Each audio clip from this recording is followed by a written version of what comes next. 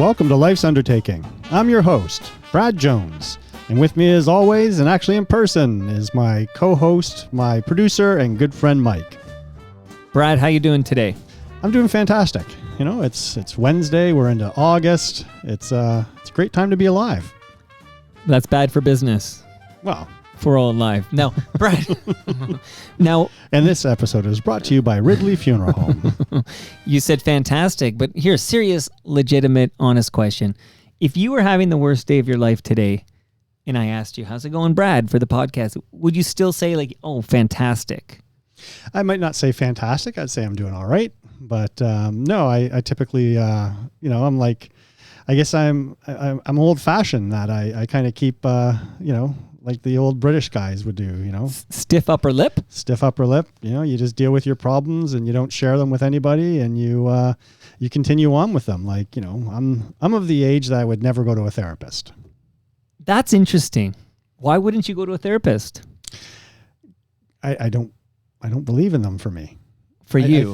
I think they help other people. I think some people need it. But for me, no, I just, I deal with it myself in my own mind. And, you got your circle of friends that you chatter with, and, typically you don't tell them about your problems. You just talk about life in general. And that's how you get through music. Things. Sports and music and just life in general. And, I think it's your support networks, your community that keep you going. And, sometimes it's, being in the pub and having a drink, or having some friends over and having a drink, hiding it with alcohol.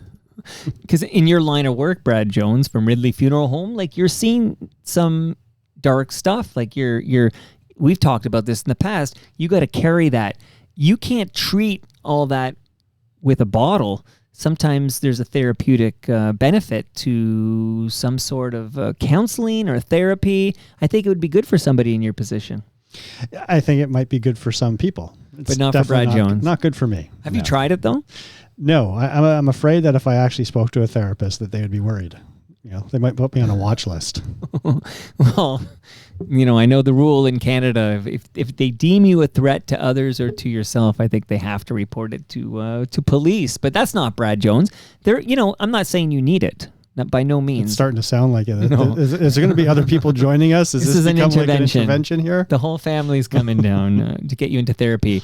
But I would say that should you require it, it would be worth a shot, because many people you know and love have benefited from therapy. No, absolutely. Yeah. And again, I think there's certain things for everybody. And, I think if in today's day and age, when, so many people they don't have community like we had in the past. There's so much stuff that's online, that their friends are all online. That's who they're talking with, they're texting with, they're messaging with, whatever it is that they do, Snapchat. Like it's different.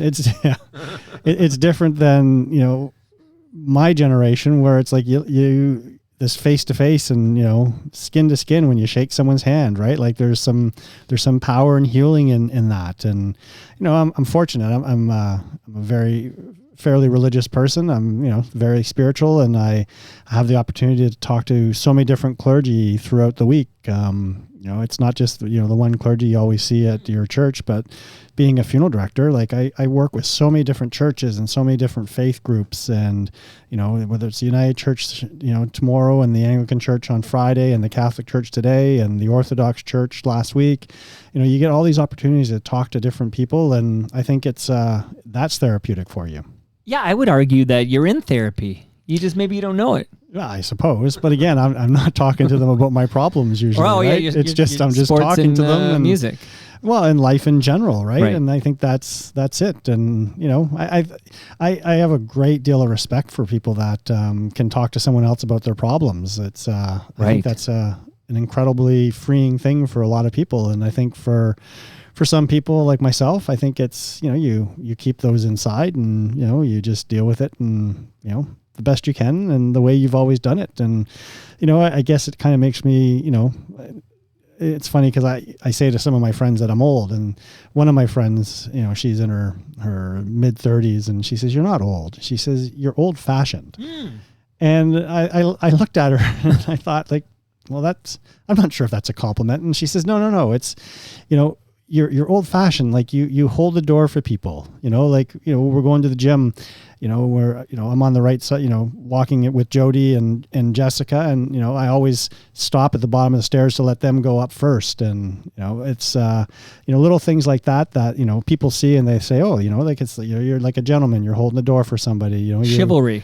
You drive somebody home and, you sit there in the driveway to make sure that they get into the door okay. And, they wave goodbye. And, when you're dropping off your kids' friends, you do that sort of stuff. And I remember, Emma, we dropped off one of her friends and she says, yeah, a lot of parents don't do that anymore. They let you out the door and, they drive away as you're walking from the car. And it's like, I just don't understand that, but it's, I guess that makes me They're in a rush. They have to get to the grocery store before it closes.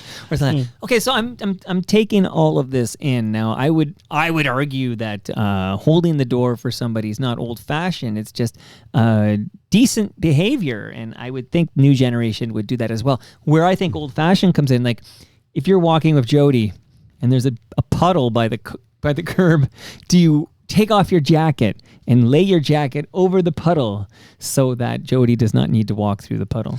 Now, if you ask Jody or anyone that knows me, what I'm going to do is if there's a puddle there, I'm going to jump in it. Oh, you're going to push I'm going to splash everybody around me.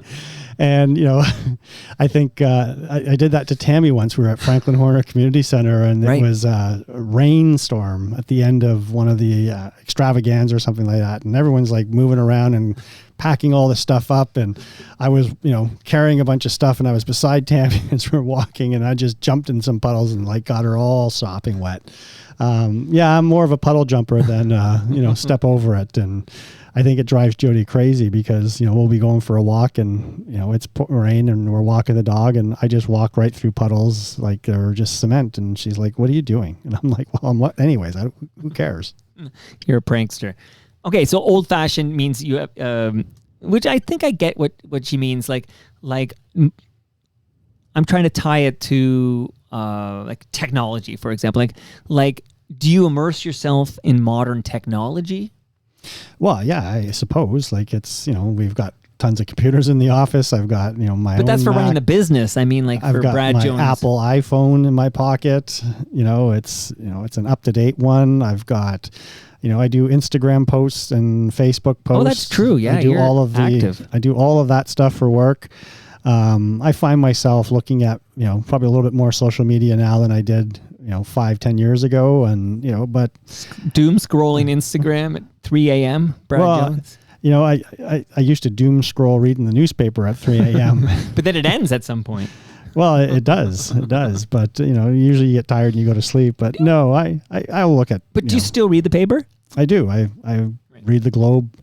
I'm not going to say every day now, but most days, and not the whole paper. I skim through articles I want to read and, go through the highlights and, there's not a whole lot of highlights, but, what's going on in the world. And yeah. Do you listen to radio? I actually haven't listened to radio in such a long time. I listen to Sirius XM. So there's sometimes I'll go onto some of the news channels and I'll listen to some of that and, pick up some of the American news to see what's going on, and I'll hop on BBC to see what's going on. I think it's good to get different perspectives. I don't watch a lot of Canadian media anymore. I've become weary of it. I don't know what it is. The media nowadays is no longer providing the news. It's providing a perspective constantly. And I think that's for me. And again, this means I'm probably old fashioned. Right. I just want we lost Lloyd Robinson yesterday, and I remember when he would, just give you the news, and it wasn't someone's perspective. And now when you go to CTV or CBC or CNN or, even the BBC is not as bad as the other ones I find, but everything is a panel, and it's... Oh, the panels. Yeah, that's more like analysis and slant and spin. It's constant, right? Because it's, there's not the it's not like they give you news anymore. It's constantly, here's what's happening and here's what we think. And I'm tired of that. And it's also biased, right, Brad? Because it'll be like, yeah, this guy is, I'll make this up, but this guy is a part of the Conservative Party who's a consultant to Pierre Poilievre, and then he'll tell you why that Mark Carney idea is the worst idea he's ever heard. Like, to me, those panel things... Where would you find that on? Not on CBC. Well, that's not true. But the panel stuff, I agree with you, but you still get straight up news, right? Like, there's still bits and pieces. This person died. This is a quote from the president about the war in Iran. There's a I almost said a nautical disaster, but you hate the Tragically Hip, so I won't say that. But like, that's just a disaster. There was an earthquake in this country. This many people reported dead. Here's what they're doing. Like, there still is that news. You just need to skip these panel discussions, which are like these crossfire shows, which are just meant to enrage you. You have enough rage. I have no desire for that stuff, but you can actually get that on your social media channels faster and just as accurately as you can from, maybe not rage bait, not in Canada anymore, because we can't get the news from other, right? Like, and that's just another gripe I have. Let me hear that gripe, because I share that gripe, which is that what you're saying is that people can't post a link to a CBC article, but they can post a link to Johnny's blog where he makes stuff up. Well, they can post a link to a CBC article. They can't post a link to an American news. And it was funny because I had some American friends up here a while ago, and they said, I don't get it. Like, I can't see half my stuff up here.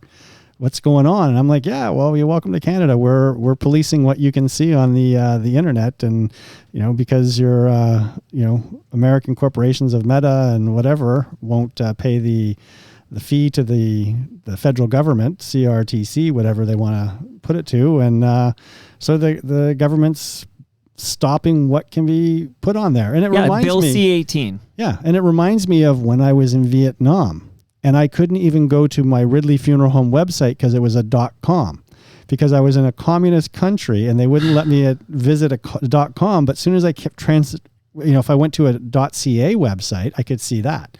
And then as soon as I went into Cambodia, it was like, oh, I can get into, everything again. And I feel like a normal person again.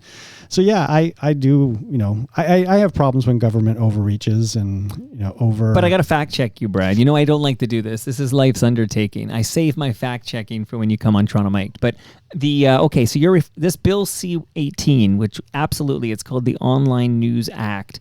And basically the government wants major tech companies to pay publishers for sharing their journalism. That's where this comes from. But Meta, which owns Instagram and Facebook, their response to this was to block all news links, all articles, and all media content from all Canadian news organizations. So you can't you can't link to a CBC article or a Global News article or a Toronto Star article or a Toronto Sun article on Facebook. Okay, you can't link to it, but you can still see them, because I can still see an article on CBC on Facebook and things like that. Yeah, you can't link to it though. Maybe they copy and paste it. Yeah, I guess that's what it is. But I can't see anything American that's being copied and pasted, period.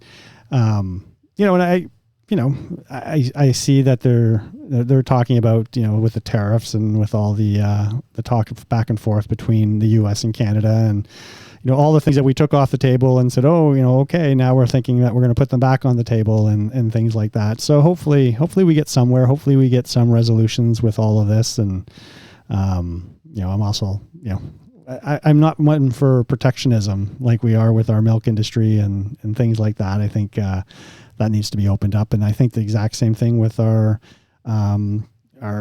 telephones and our internet and stuff like that. Like we're overcharged for so many different things that, when you see if an open market, what it would do. And, and if it puts Rogers out of business, it puts Rogers out of business. I'm at the point now where it's like, why should I have to pay extra to keep them in business? No, that's a good point. And if you do a comparative analysis, which, I do that all night, Brad. I get out my abacus. I'm doing the comparative analysis. Canadians pay way more for their mobile phone data networks, their internet, than other countries. Yeah. It's tiring, and it's almost like a hidden tax, right? You're not being taxed on it, but we're not allowed to make our own choices for other things. It's the same thing. I had the same issues with the provincial government when they pulled American wine and bourbon off of our shelves. And it's like, it infuriated me because I want to make that choice myself. I don't need, I'm 55 years old. I don't need my father telling me what to do. And that's what it feels like when the government says, this is what we're doing. Tough luck. But you can go to Costco and buy some American booze, right?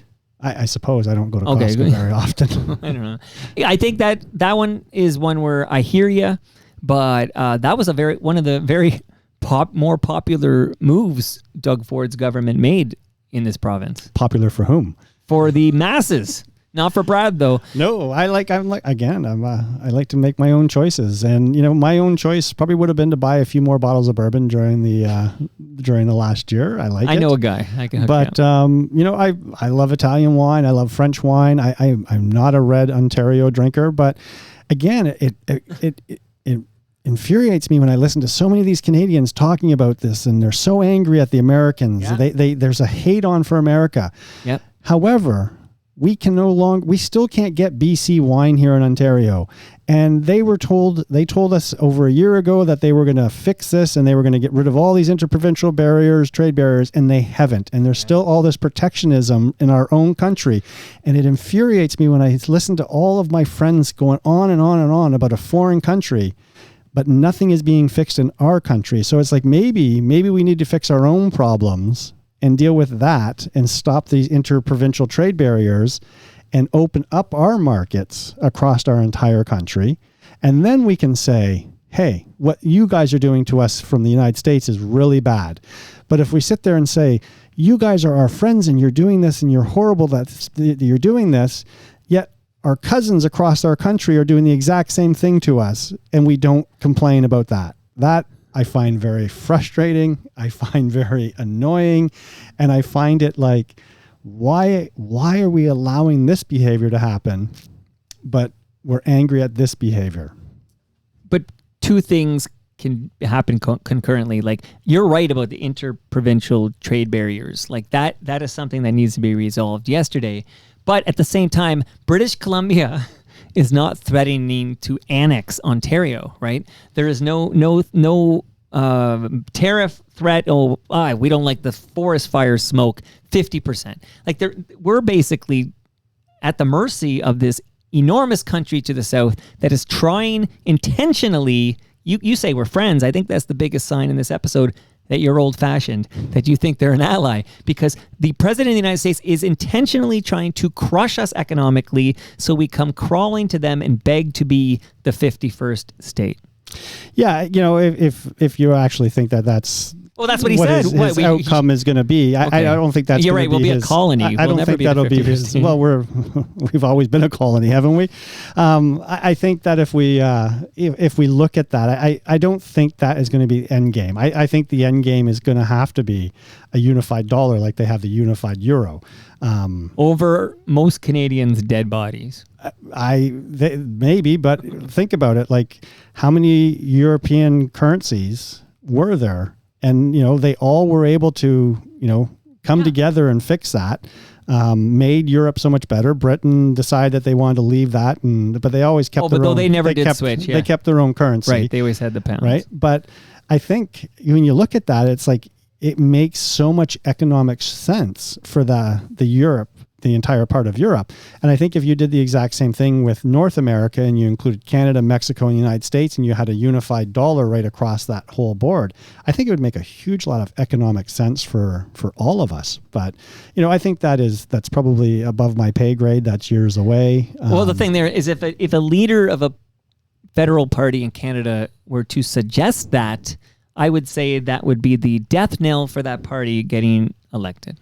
Well, I can pretty much guarantee that behind closed doors, Prime Minister Carney is probably working with this sort of stuff with the government of the United States, and there's all kinds of talk that's going back and forth, and we're never going to hear it. They're never telling us what's happening because they can't, right? They have to work in secret. They have to figure out what they're doing. but yeah, the Americans, the president said, I'm going to put these tariffs on. But if I listen to our prime minister, he says we have the best tariffs in the free world with America still. I think there's some things that are happening. There's things that are good for Canada. There's a lot of things that have been bad for Canada. I think the number of businesses and manufacturing that's been leaving Canada, that's been happening for like the last 10 years because, years ago, Canada was a great place to invest with so many of the different tax benefits, healthcare, all kinds of stuff like that. A weak dollar was always good for that sort of thing. And that's, our dollar sat around the 70, 75, 80 cent mark for so long.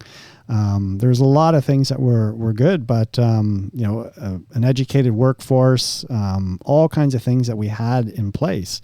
But things have been changing, right? Like, I think we've been taxed to, almost extinction. It's just like we've been overtaxed. I think something has to be reeled in. Something has to be taken care of. Like we do it with our budgets all the time at the funeral home. And it's, what can we do? What can we save? Where can we, what do we have to spend? What do we have to do? Our salaries are for our staff are this much and, our taxes are this much. But, when property taxes keep going up, like I can't take money away from employees' salaries. I can only take so much away from what I can make. But ultimately, you have to raise your prices for all of these things. And, we get hit constantly with fuel surcharges from our manufacturer, our caskets companies and our urn companies. And, there's all these things that are factored into all the pricing. But when you look at government and you look at, the municipal government, the provincial government, the federal government, it's like all of them don't seem to realize that there's not an infinite amount of money that we can give as citizens anymore. Like that, those days are gone. When you said you were old fashioned and then we started riffing, like I honestly wasn't sure where it would go, but I feel like this might have been your therapy. Right? Because you came in here like, oh, therapy is not, it's for other people and it's got benefits, but it's not for me, Brad Jones. And I feel like you just got a lot off your chest. Like I feel like this talking on Life's Undertaking to your pal, Toronto Mike, I feel like this is Brad Jones's therapy. Well, maybe it's free therapy. I'm going to stop paying you. I got to give you the therapy rates. But honestly, you got a lot off your chest this episode. And I think it's probably smart. Once in a while, we should do an episode with no blueprint or no plan. We do that every time. There is no blueprint. Unless we have a guest, then there's a blueprint. But other than that, there's no blueprint. I never know what's going to spill out. Like you've got us with some unified currency with Mexico and the USA. And all I can think is what party is introducing this and how can I make sure nobody I care about ever votes for that party again? That's a terrible idea. I think it's a fantastic idea. I think it'd make Canada part of the powerhouses of the world for all kinds of different things. I think it would improve a lot of things in North America. I think it would help Mexico immensely. I don't think it would help America a lot because they already have, a great currency. Especially when they demand that currency we share is the American dollar.